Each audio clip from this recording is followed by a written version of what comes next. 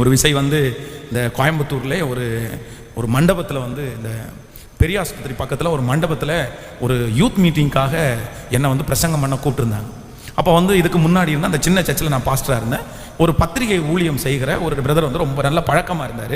அப்போ நம்முடைய வெஸ்லேயாவுடைய குடும்பத்தில் நான் தங்கியிருந்த வீட்டில் அவங்க ரொம்ப பழக்கமாக இருக்கிறதுனால எங்கள் அம்மா வந்து திடீர்னு அவரை பார்த்து பாஸ்டருக்கு ஏதாவது ஒரு சின்ன சான்ஸ் கொடுக்கலாமே அப்படின்னு சொல்லிட்டாரு. அப்போ அவங்க வந்து அவங்களுடைய வார்த்தையை அந்த ஊழியக்காரர் தட்ட முடியாது அப்படின்னு சொன்னதுனால என்ன வந்து அந்த நாளில் பரீட்சையும் எதுவும் இல்லை, அதனால கூப்பிட்டாரு. சரி வாங்க அப்படின்னு கூப்பிட்டாரு. அப்போ நானும் வந்து அந்த இடத்துக்கு பிரசங்கம் பண்ணுறதுக்காக போகிறேன், ஒரு யூத் மீட்டிங்க்கு. அங்கே நிறைய ஒரு 100 பேர் பக்கத்தில் இருக்கிறாங்க. இன்னும் நான் ஒரு பிரசங்கம் பண்ணுறேன், அடுத்து ஒருத்தர் வந்து பிரசங்கம் பண்ணுறதுக்கு இன்னும் ஒருத்தர் இருக்காங்க. அப்போ நான் என்ன பிரசங்கம் பண்ணுறேன் அப்படின்னா, நீ காலாட்களோட ஓடும்போதே உன்னை இளைத்து போக பண்ணினார்களே, ஆனால் நீ குதிரைகளோடு எப்படி ஓடுவாய்? சமாதானம் உள்ள தேசத்திலே நீ அடைக்கலம் தேடினால் யோர்தான் பிரவாகித்து வரும்போது நீ என்ன செய்வாய் அப்படின்ற அந்த வசனத்தை நான் எடுத்து என்ன பண்றேன்னா, நான் ஒரு கோணத்தில் நான் பிரசங்கம் பண்றேன். ஒரு வித்தியாசமான ஒரு கோணத்தில் இந்த மாதிரி ஒரு விஷயத்தை சொல்லி வந்து நான் வந்து பிரசங்கம் பண்றேன். நான் பிரசங்கம் பண்ணிட்டு இருக்கும்போது நான் பிரசங்கம் பண்ணிட்டேன், அது முடிஞ்சிருச்சு. நான் முடிஞ்ச உடனே அடுத்து இன்னொருத்தர் வந்து ஊழியத்திற்காக வர்றார். அவர் பிரசங்கம் பண்ண போறாரு. அப்போ அவர் அதே வசனத்தை வாசிக்க சொன்னார். அப்போ நான் என்ன நம்புறேன் அப்படின்னு சொன்னா, பரவாயில்லையே, ஸோ அவரும் அந்த கண்டினியூட்டியா பேச போறாரு அப்படின்னு சொல்லி நினைச்சிட்டு இருந்தா, அவர் மேடையில் வந்த உடனே மைக்க பிடிச்சி என்ன சொன்னார்னா, இவ்வளவு நேரம் இந்த வசனத்தை குறித்து இந்த பாஸ்டர் பிரசங்கம் பண்ணது தப்புன்னு சொன்னார். இது வரைக்கும் அவர் பிரசங்கம் பண்ணது 1/2 மணி நேரம் பிரசங்கம் பண்ணதே தப்பு, இந்த வசனத்துக்கு விளக்கம் அதுவே கிடையாது அப்படின்னு சொல்லிட்டு அவர் ஒரு 1/2 மணி நேரம் அப்படியே அவர் விளக்கம் கொடுத்தாரு. நீங்க நினைச்சு பாருங்க எப்படி இருக்கும் அப்படின்னு. ஒரு 100 பேர் முன்னாடி உட்கார்ந்து இருக்கிறாங்க, எல்லாரும் என்ன திரும்பி பார்க்கறாங்க. ஒருவேளை இந்த வசனத்தை எடுத்து அவர் இந்த வேர்டை சொல்லாம இன்னொரு விளக்கத்தை அவர் கொடுத்திருந்தா கூட அது ஒரு பெரிய விஷயமா இருந்திருக்காது. ஆனா இவ்வளவு நேரம் அவர் பிரசங்கம் பண்ணது தப்பு, இதுக்கு இதான் விளக்கம் இல்லைன்னு சொன்ன உடனே எல்லாரும் என்ன பரிதாபமா பார்க்க ஆரம்பிச்சிட்டாங்க. நான் ரொம்ப ஒரு மாதிரி ஷை ஆயிடுச்சு, எனக்கு ரொம்ப கஷ்டப்பட்டேன். இப்ப அவர் பிரசங்கம் பண்ணிட்டு இருக்கும்போது நான் எந்திரிச்சு வெளியே வந்துட்டேன்னா அது இதை விட பிரச்சனை ஆயிடும், அதை விட ரொம்ப கஷ்டமாயிரும். பாருங்க, அவர் கோச்சிட்டே போயிட்டாரு அப்படின்ற மாதிரி இருக்கும். அதனால ரொம்ப மனசு வருத்தத்துல அப்படியே பல்ல இருக்க கடைச்சிட்டு அந்த பிரேயர் முழுக்க இருந்து கடைசியில மக்களை பார்க்காம போனாலும் அவ்வளவுதான், யாருடைய முகத்தையும் அவரால் பார்க்க முடியல, போயிட்டாங்க அப்படின்னு சொல்லுவாங்கன்ட்டு எல்லா பிரேயர் முடிகிற வரைக்கும் அப்படியே கஷ்டப்பட்டு உட்கார்ந்து முடிச்சுட்டு ரூமுக்கு வந்தேன். வந்து அழுன்னு அழுதேன், ரொம்ப அழுதான் ஆண்டவர் சமூகத்துல.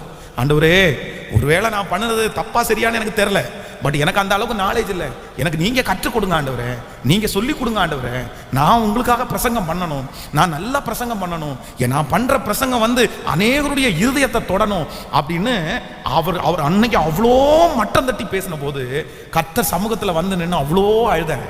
ஆனா இன்றைக்கு நான் நம்புகிறேன், எத்தனையோ ஆயிரக்கணக்கான பேர் வந்து உங்க வார்த்தை என்ன தேற்றுது, கர்த்தர் உங்க மூலமா பேசுறாரு, இந்த காரியத்தை நினைச்சிட்டு வந்தேன், அப்படியே நீங்க சொன்னீங்க, இந்த காரியத்துக்குள்ள நான் போக உங்க வார்த்தை, அந்த கர்த்தருடைய வார்த்தையை நான் கேட்கலைன்னா நான் தடுமாறி இருப்பேன்.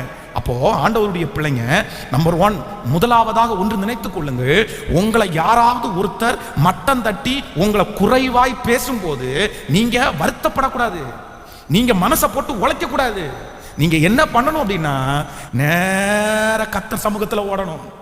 ஓடி நீங்க என்ன பண்ணணும் அப்படின்னா, ஆண்டவரே, ஞானிகளை வெட்கப்படுத்துறதற்கு உலகத்துல பைத்தியங்களை தெரிஞ்சிட்டது நீங்க தானே ஆண்டவரே, உள்ளவைகளை அவமாக்குறதற்கு உலகத்தில் இல்லாதவைகளையும் இழிவானவைகளையும் தெரிஞ்சு கொண்டவர் நீங்க தானே அப்பா, எனக்கு ஞானத்தை கொடுங்க, அவங்க முன்னாடி நான் நிக்கணும், அவங்க முன்னாடி பர்ஃபெக்டா செய்யணும், நான் அவங்க எந்த காரியத்துல என்ன குறைவா பேசினாங்களோ அந்த காரியத்துல நான் சாதிச்சு காமிக்கணும்னு நீங்க கர்த்தர் சமூகத்துல போய் நில்லுங்க.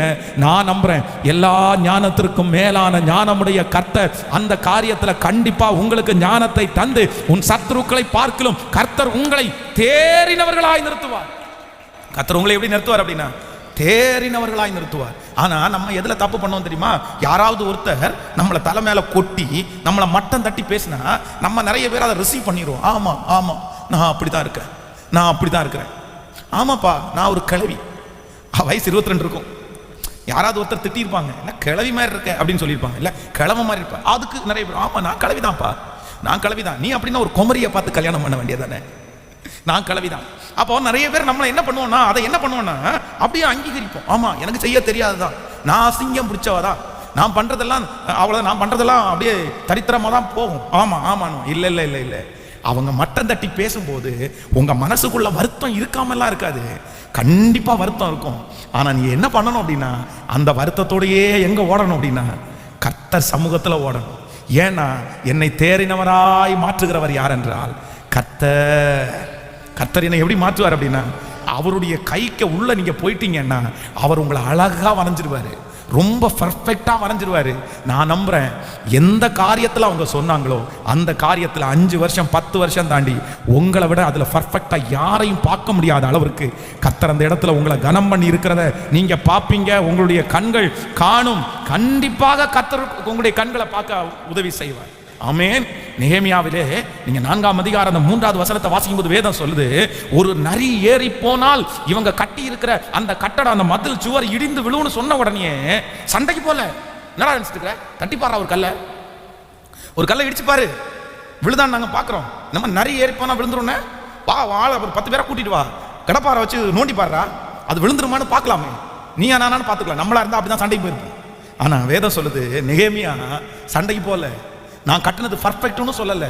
என்ன பண்றாரு அப்படின்னா, கரெக்டா அப்படி தேவ சமூகத்து நேராய் ஓடி, தேவனே நாங்கள் அவமதிக்கப்படுகிறதை பாருங்க ஆண்டவரே, என் தலை மேல இருக்கிற நிந்தைய பாருங்க ஆண்டவரே, எவ்வளவு மோசமா பேசுற ஆண்டவரே, நரி ஏறி போனா விழுந்துருன்றானேப்பா, நான் கட்டுறதுக்கு இவ்வளோ அப்பா பலன் இருக்குது, இவ்வளோ பலனா இருக்குது. நான் நம்புறேன் அவங்க முன்னாடி அந்த அலங்கத்தை கட்டி முடிக்கிறதுக்கு ஆண்டவர் உதவி செஞ்சாரா? ஹல்லேலூயா.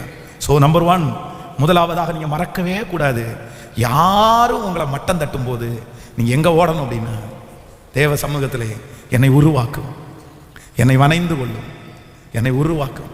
நீர்தான் பரம குயவன், நீர்தான் சரியான ஒரு குயவன். ஹல்லேலூயா. கைகள் அப்படியே உயர்த்தி எங்களை வணஞ்சிக்கிறதுக்கு நீங்க தானே ஆண்டவரே.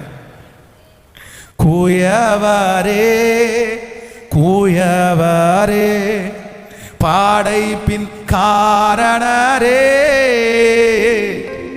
களிமண்ணான என்னையுமே கண்ணோக்கி பார்த்திடுமே. சொல்லுவோம், களிமண்ணான என்னையுமே கண்ணோக்கி பார்த்திடுமே. சொல்லுவோம், வெறுமையான பாத்திரம் நான் பெருத்து தள்ளாமலே, நீரம்பி வாழியும் பாத்திரமான் விளங்க செய்திடுமே. கைகளை உயர்த்தி சொல்லும் எல்லாரும், வெறுமையான பாத்திரம் நான் பெருத்து தள்ளாமலே, நீரம்பி வாழியும் பாத்திரமா விளங்க செய்திடுமே. வேதத்தில் காணும் பாத்திரமெல்லாம், வேதத்தில் காணும் பாத்திரமெல்லாம் இயேசுவை போற்றிடுமே. என்னையும் அவ்வித பாத்திரமான் வானைந்து கொள்ளுமே. என்னையும் அவ்வித பாத்திரமான், அவ்வித பாத்திரமான் வானைந்து கொள்ளுமே. ஹல்லேலூயா. கைகளை உயர்த்தி ஒரு ஹல்லேலூயா சொல்லு. இந்த காரியத்தில் நான் ஜெயிப்பதற்கு எனக்கு பலன் தாருங்க ஆண்டவரே, எனக்கு கிருபை தாருங்க ஆண்டவரே. அதான் ஒரு அம்மா வந்து இந்த இப்போ உங்க சர்ச்சுக்கு வந்துட்டு இருக்கிறாங்க. தூரத்தில் காண்றதுக்கு முன்னாடியே 2 கையும் ஊற்றி சோத்திரம் அப்படின்னு 2 கையும் குப்பி, இந்த அரசியல்வாதிகளுக்கெல்லாம் கும்பிடு போடுறது மாதிரி அப்படி கும்பிடு போடுவாங்க. அவங்க வந்து ஃபஸ்ட்டு இந்த ஊழியத்தை 2005 2005 நம்ம சுப்பாத்தால் ஸ்ட்ரீட்டில் ஆரம்பிக்கும் போது என்னை பார்த்து தம்பி அப்படின்னு சத்தமாக கூப்பிட்டாங்க. தம்பி அப்படின்னு கூப்பிட்டாங்க. அம்மா சொல்லுங்கம்மா அப்படின்னு. ரத்னபுரியில் ஊழியம் செய்கிறது கஷ்டம்ப்பா, எத்தனையோ பெரிய பெரிய ஆட்களெல்லாம் வந்துட்டு போயிட்டாங்க, நீ வயசு பையன், நீ வந்திருக்க, ஒன்னால இங்கே ஒன்றும் பண்ண முடியாது, நீ அமைதியாக போய் வேற எங்கேயாவது ஊழியம் பாரு அப்படின்னு சொன்னாங்க. நிறைய பேசினாங்க அவங்க, அப்படியே மனசை உடைக்கிற மாதிரி.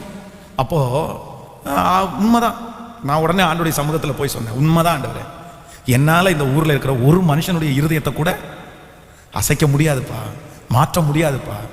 ஆனால் ஒன்று, நீங்கள் எனக்கு ஹெல்ப் பண்ணீங்கன்னா, நீங்கள் ஏன் கூட இருந்தீங்கன்னா, நீங்கள் எனக்கு கிருபை கொடுத்தீங்கன்னா இந்த ஊரில் பெரிய காரியத்தை உங்களுக்கு செய்ய முடியும் ஆண்டவரே, நீங்கள் என்னை பலப்படுத்துங்கன்னு அவங்க சொல்ல சொல்ல சொல்ல போய் தேவ சமூகத்தில் தாங்க போய் உட்காருவேன். அங்கதாங்க அழுவேன். ஆனா அவர் ஞானம் கொடுக்கிறவர் அல்லவா, திறமைகளை கொடுக்கிறவர் அல்லவா, அவரால் முடியாதது என்ன இருக்கு? இந்த ஜெபத்துல யாரோ ஒருத்தர் அந்த சூழ்நிலையில இருக்கிறீங்க. சிஸ்டர், உங்களை மட்டம் தட்டி தட்டி உட்கார வச்சுட்டாங்க. சிஸ்டர், அம்மா, உங்களை தட்டி தட்டி ஒண்ணுக்குமே யூஸ் இல்லாம உங்களை உட்கார வச்சுட்டாங்க. பிரதர், உங்க இருதயத்தை மட்டம் தட்டி சொல்லி சொல்லி உங்களை எழும்ப விடாம உங்களுடைய வீட்டாரே உங்களுக்கு சத்ருவா மாதிரி உங்களை உட்கார வச்சுட்டாங்க. ஆனா ஆவியானவர் இன்னைக்கு பேசுறாரு, இல்ல, உனக்குள்ள பெரிய கிருபையை கர்த்தர் வைத்திருக்கிறார், உங்களுக்குள்ள பெரிய தாளந்துகளை கர்த்தர் வச்சிருக்கிறாரு, உங்களுக்குள்ள நிறைய திறமைகளை ஆண்டவர் வச்சிருக்கிறாரு, உங்களுக்குள்ள இல்லாதது எதுவுமே இல்லை. எழும்பு எழும்பு சீயோனே, தூசியை உதறி தட்டி விட்டு நீ எழும்பு, நான் உன்னிலே மகிமைப்படுவேன், நான் உன்னிலே மகிமைப்படுவேன். ஐயா, நாங்க உங்கள்கிட்ட வர்றோம் ஐயா. ஆமென். சிலர் யாராவது ஒருத்தர் மட்டமா பேசிட்டாங்களா, உடனே அவங்க என்ன பண்ணுவாங்கன்னா, கடன் வாங்கி, நீ என்ன இப்படி குறைவா பேசிட்டியா, கடன் வாங்கிட்டியா அப்படின்னு. அதான் ஒருத்தர் ஏசியில் ஒரு காரில் ட்ராவல் பண்ணும்போது அந்த ஏசியை ஆன் பண்ணும்போது ஏசி சூடாக இருக்கிறதுனால அவ்வளோ ஏசி வரலையாமா. உடனே அவர் சொன்னாராம்மா, என்ன ஏசி இல்லையா அப்படின்னு கேட்டாராம்மா. சிலர் அப்படியே நக்கலுக்கு கேட்குறது உங்களுக்கு தெரியும் இல்லை, ஏசி இல்லையா, ஏசியே வைக்கலையா, ஏசியை ரிப்பேர் பண்ண வேண்டியதானே அப்படின்னு சொன்ன உடனே இவருக்கு பயங்கரமான ப்ரெஸ்டீஜ் இஷ்யூ. என்ன பார்த்து என் காரில் ஏசி குறைவா இருக்குன்னு சொல்லிட்டான் அப்படின்ட்டு அடுத்த நாளே போய் ஒரு காரை புக் பண்ணிட்டார். ஒரு காரை புக் பண்ணி கடன் வச்சு ஒரு காரை வாங்கிட்டாரு. காரை வாங்கி ஒரே வாரத்தில் அந்த நபரை திரும்ப வர சொல்லி, பிரதர் போலாமா, கார் வாங்கிருக்கேன் பிரதர் அப்படின்னு கரைச்சிட்டு அவர் உட்கார்ந்த உடனே ஏசியை போட்டு காமிச்சிட்டு, எப்படி பிரதருக்கு ஏசி இப்போ சூப்பராக இருக்கா பிரதர்? உடனே அவர் பயங்கரமாக இருக்குது, புது காரில் ஏசி பயங்கரமாக வரும் இல்லை அப்படின்னு. அதை சொன்ன உடனே இவருக்கு பெருமை. ஆனால் வாங்கின காரை 6 மாதத்தில் டியூ கட்டாமல் ஊற்றுட்டார். எதுக்கு இது? யாராவது ஒருத்தர் மட்டமாக பேசிட்டாங்கன்னா உடனே நமக்கு என்ன பண்ணிடணும்? கேட்கல, உடனே கடனை வாங்கியாவது செஞ்சிடணும், பணத்தை ஏதாவது ஒன்று பண்ணிடணும். இந்த புத்தி ஆண்டவருடைய பிள்ளைகளுக்கு இருக்கவே கூடாது. உங்களை மட்டம் தட்டும் போது உங்களுக்கு வைராக்கியம் வரக்கூடாது. ஹலோ, நீங்க எங்க ஓடணும்னா கர்த்தர் சமூகத்துல போய் ஓடணும், கர்த்தர் சமூகத்துல போய் விழணும். நீங்க அவனுக்கு முன்னாடி நான் எதிர்த்து நிக்கிறேன் பாருடா, நான் பண்ணி காமிக்கிறேன்டா அப்படின்னு சொல்லி உங்களுக்குள்ளே அப்படிப்பட்ட ஒரு தைரியத்தை நீங்களே வரவழைச்சு கூடாது. நம்ம நிறைய பேர் பண்ற மிகப்பெரிய தவறே அதுதான். யாராவது ஒருத்தர் மட்டம் தட்டிட்டாங்கன்னு வைங்களேன், நம்ம என்ன பண்ணுவோம் தெரியுமா, பாடுறா அப்படின்னு சொல்லி போய் அவனுக்கு முன்னாடியே நின்றுட்டு நான் இப்ப பண்ணி காமிக்கிறேன் பாரு அப்படின்னு ஒத்தைக்கு நிற்போம். இல்ல, உங்க மாமிசத்தோட போராடினீங்கன்னா நீங்க தோற்று போனீங்கன்னு அர்த்தம், நீங்க விழுந்துருவீங்க. எப்பவுமே மனுஷன் உங்களை மட்டம் தட்டும் போது நீங்க மாமிசத்தோட என்ன பண்ண முடியாது, என்ன பண்ணக்கூடாது? சத்தமா சொல்லுங்க, பக்கத்துல கையை பிடிச்சு சொல்லுங்க, உங்களை மட்டம் தட்டும் போது நீங்க மாமிசத்தோட போராடக்கூடாது. புரியுதுல? யாராவது ஒருத்தர் உங்க பிரசங்கமே நல்லா இல்லைன்ட்டாங்கன்னா நான் உடனே எனக்கு பிரசங்கம் பண்ண தெரியும் பாடுறா, 7 பாயிண்ட் அடிக்கி விடுறோம் பாடுறா அப்படின்னு சொன்னேன்னா அங்க யாருடைய செயல்பாடு இருக்காது? ஆவியானவர் அங்க கிரியை செய்ய மாட்டாரு. உனக்கு பிரசங்கமே பண்ண தெரியாதுன்னு சொன்ன உடனே நான் எங்க ஓடணும்? கர்த்தர் சமூகத்துல முழங்கால் படிட்டு எனக்கு பிரசங்கம் பண்ண தெரியாதுன்னு சொல்லிட்டாங்க, உண்மைதான். ஆனா நீங்க என்ன பயன்படுத்த முடியும்னு அவர் கையில என் வாழ்க்கையை வச்சுட்டேன்னா நான் நம்புறேன், என்னை எதிர்த்தவன் வெட்கப்பட்டு போகிற அளவிற்கு அவன் கண்களுக்கு முன்பாகவே கர்த்தர் என் தலையை நிமிர பண்ணுவார். அவ்வளவு பெரிய நல்ல தேவனை தான் நாம் ஆராதிக்கிறோம். கரங்களை தட்டி, இயேசுவே எங்களுக்கு அப்படிப்பட்ட ஒரு கிருபையை தாரும், எங்களை குறைவாய் பேச பேச பேச அந்த அபிஷேகத்தை நாங்கள் வளர்த்துறதுக்கு எங்களுக்கு பலன் தாரும். ஆமென். பக்கத்துல கையை பிடிச்சு சொல்லுங்க, உங்களை மட்டம் தட்டுறது நல்லதுன்னு சொல்லுங்க. நல்லா சொல்லுங்க எல்லாரும். அப்படி மட்டம் தட்டுனாதான் நீங்க என்ன பண்ணுவீங்க? கேட்கல. ஆனா இங்க நிறைய பேர் என்ன பண்றாங்கன்னா வளர்றதே கிடையாது. மட்டம் தட்டிட்டாங்கன்னா இன்னும் கொஞ்சம் ஒன்றும் இல்லாம தான் போறாங்களே தவிர அதை சவாலா எடுக்க வேண்டாமா? நான் சொல்றேன், இன்னைக்கு பலிபீடத்துல இங்க நிக்கிறேன் பாருங்களேன், எத்தனை தலையில கொட்டு, எத்தனை மட்டம் தட்டுதல். நம்ம ஏன்னா ஒண்ணுமே பண்ணல இல்ல, ஒண்ணுமே படிக்கல இல்ல, நம்முடைய பேக்ரவுண்ட் பெரிய பேக்ரவுண்ட் இல்ல இல்ல, நம்முடைய முன்னோர்களோ நம்முடைய தகப்பனோ தாயோ பெரிய படிப்பாளிகள் இல்லை இல்லை. அதனால நான் அப்படித்தானே இருப்பேன். அப்போ நாங்க அதை நெகட்டிவா நினைக்கவே இல்லை. ஒருத்தர் இந்த காரியத்துல நீங்க வீக்கு, இந்த காரியம் செய்ய தெரியாது அப்படின்னு சொல்லும் போது ஆமா இன்னும் செய்ய தெரியாது அப்படின்னு போனதில்லை. சரி பார்ப்போம், கத்திரத்துல போய் ஜெபம் பண்ணுவோம், அவர் சொல்லி கொடுத்தா செஞ்சிடலாம் அப்படின்னு. ஆமென். இப்போ அப்படிதான், எந்த காரியத்துல கையில எடுத்து அந்த காரியம் நல்லா இல்லாம அப்படின்னு தோணுனாலுமே இல்லை யாராவது சொன்னாலுமே உடனே மனசுக்குள்ள என்ன தோணும் அப்படின்னா, ஏன் அப்போ அதை நல்லா செய்யற ஒருத்தன் இருக்கான்ல உலகத்துல, நல்லா செய்யற ஒருத்தர் இருக்காரு அப்படின்னா அந்த ஒருத்தனா என்ன கத்தர மாற்ற முடியாதா? நான் ஆமேனே, விசுவாசமே இல்லாம வருது, மாற்ற முடியுமா முடியாதா? அவர் ஞானவானா மாத்திட்டாருன்னா உங்க ஞானத்துக்கு முன்னாடி யாருமே நிக்க முடியாத அளவுக்கு மாத்திடுவார். அதுதான் ஆண்டவர். உலக படிப்பினுடைய ஞானத்திற்கும் கர்த்தர் கொடுத்த ஞானத்திற்கும் நிறைய வித்தியாசம் இருக்கு, நிறைய வித்தியாசம் இருக்குது. நான் சொல்றேன், கர்த்தர் கொடுத்த ஞானம் பர்ஃபெக்டா பண்ணுவீங்க. ஆமென். ஆனா உலக ஞானம் அப்படி கிடையாது. உலக ஞானம் நிறைய நஷ்டம் வரும், ஆனால் தேவ ஞானத்தில் நஷ்டமே இருக்காது.